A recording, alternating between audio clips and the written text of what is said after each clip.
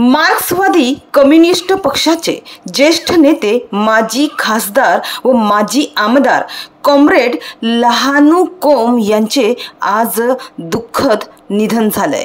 Comrade Lahanu कोम यांची अंत्ययात्रा उद्या गुरुवार दिनांक 29 मे रोजी तलासरी येथील त्यांच्या निवासस्थानातून दुपारी 12 वाजता निघेल।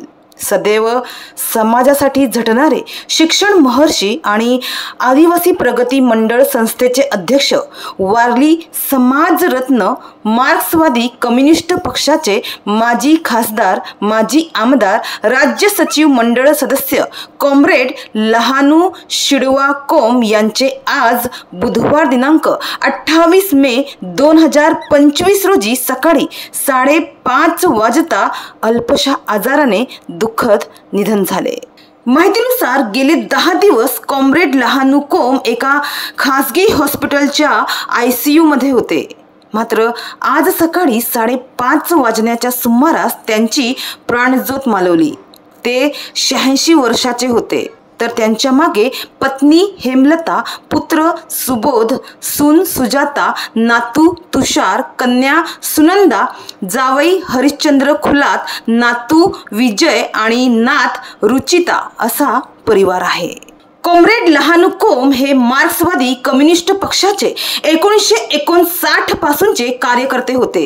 ज्येष्ठ नेते, पक्षाचे माजी राज्य सचिव मंडळ सदस्य, अखिल भारतीय किसान सभेचे माजी राज्य उपाध्यक्ष, माजी खासदार, माजी आमदार आणि आजवर लाखो आदिवासी मुलामुलींना गेली 6 दशके शिक्षण देणाऱ्या आदिवासी प्रगती मंडळ या संस्थेचे 1962 पासून ते आजवर अध्यक्ष असलेले कॉम्रेड लहानू शिडवा कोम यांचे आज 28 मे रोजी पहाटे 5:30 वाजण्याच्या सुमारास अल्पशा आजाराने दुःखद निधन झाले।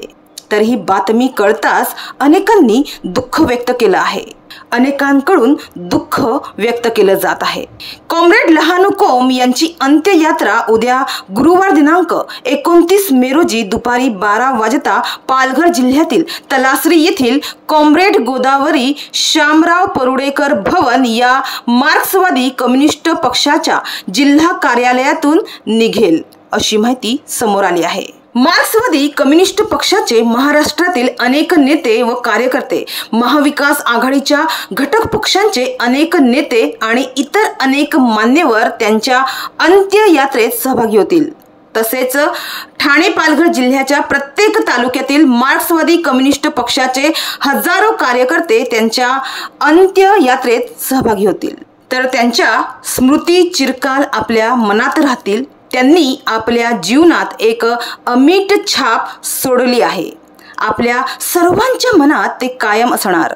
त्यांच्या योगदानाला आपण नेहमीच आठवू।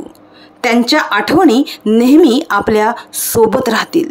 त्यांच्या आत्म्याला शांती लाभो।